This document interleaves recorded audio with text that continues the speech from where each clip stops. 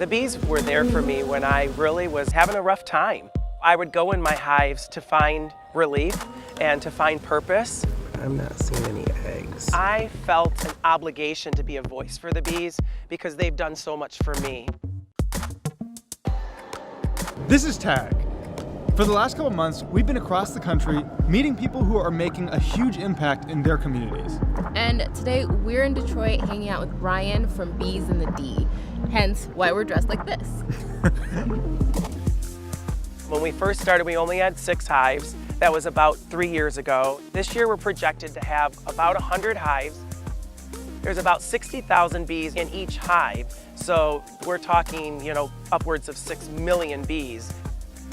Every bee has its role and they know what they need to do and they work together to be successful. I'm married to another Brian, so we're the Bryans, but most of our friends call us the Bees. And obviously we live in Detroit, which has a nickname of the D. And so when we were trying to come up with a name, it was right there in front of us. Our mission is education. I am a teacher, that's the most important, but also the conservation of honeybees. So there are 3 main bees that are in a hive, okay? There is a queen bee. There are no kings. Everybody always asks me that, no king bees.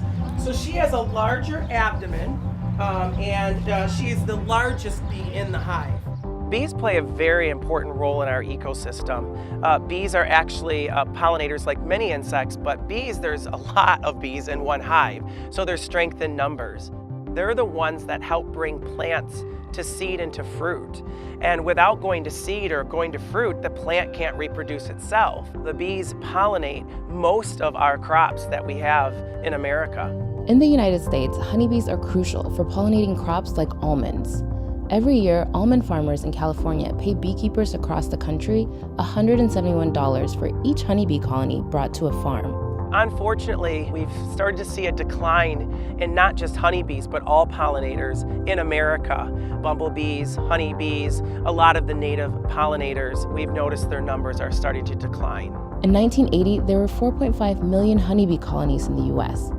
As of April 2017, there were 2.9 million, a drop that's attributed to pesticides, habitat destruction, and parasites.